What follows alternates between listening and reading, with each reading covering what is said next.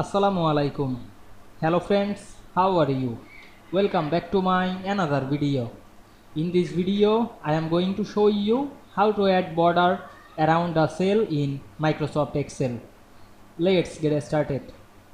At first, you have to open your Excel workbook. Now you want to add a border around cell. At first, select any cell. Now I am select this cell. Then go to the home menu. Select the borders drop down menu, and we can see here many border. You can add the border around, select outside border.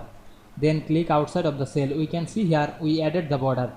Otherwise, you can add the border to this sheet. Select the sheet and click the border drop down menu. Choose outside border. Then go to the file menu, select the print option and check the preview. We can see we add border around cell or sheet easily. I hope you enjoyed my video. Please like, comment, share and subscribe my channel. Thanks for watching.